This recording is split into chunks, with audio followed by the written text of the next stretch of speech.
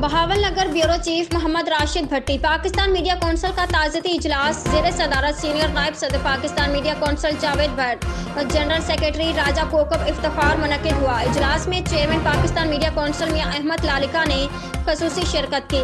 اجلاس میں پیر بختیار احمد چشتی، صاحبزادہ محسن منصور، ڈاکٹر عمران، میاں ماجد بھٹی، کاشف رضا، عبدالفہید اور اقلیتی رہنما ساجن بھاٹیہ و دیگر نے شرکت کی۔ ڈسٹرکٹ صدر پاکستان میڈیا کونسل محمد رفیق رحمانی کے چھوٹے بھائی محمد صدیق رحمانی گزشتہ روز وفات پا گئے تھے، جن کی نماز جنازہ القریش کالونی کے جناز گاہ میں ادا کی گئی۔ ہر آنکھ اشک بار تھی۔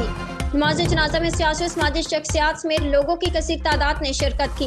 سینکڑوں سوگواران کی موجودگی میں مرحوم کو ان کے آبائی قبرستان قریش کالونی میں سپرد خاک کر دیا گیا۔